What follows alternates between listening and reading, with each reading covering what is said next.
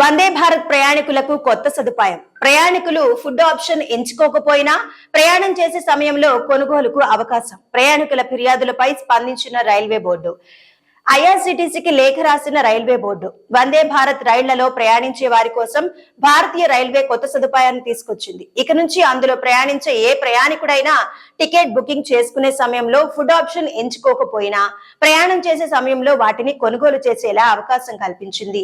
ఆహారం అందుబాటులో ఉన్నదాన్ని బట్టి సిబ్బంది ఆహారం అందిస్తారని రైల్వే బోర్డు వెల్లడించింది. ఈ మేరకు ఐఆర్సీటీసీకి రైల్వే బోర్డు లేఖ రాసింది. Vande Bharat train ticket book చేసుకునే సమయంలో మీల్స్ అనే ఆప్షన్ చూపిస్తుంది.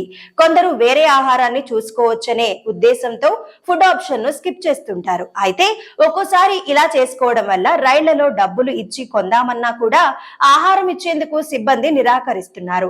డబ్బులు చెల్లిస్తామన్నా కూడా సిబ్బంది ఫుడ్ ఇవ్వడం లేదు. దీంతో ప్రయాణికులు ఇబ్బందులు పడుతున్నారు. దీనిపై ప్రయాణికుల నుంచి వస్తున్న ఫిర్యాదుల నేపథ్యంలో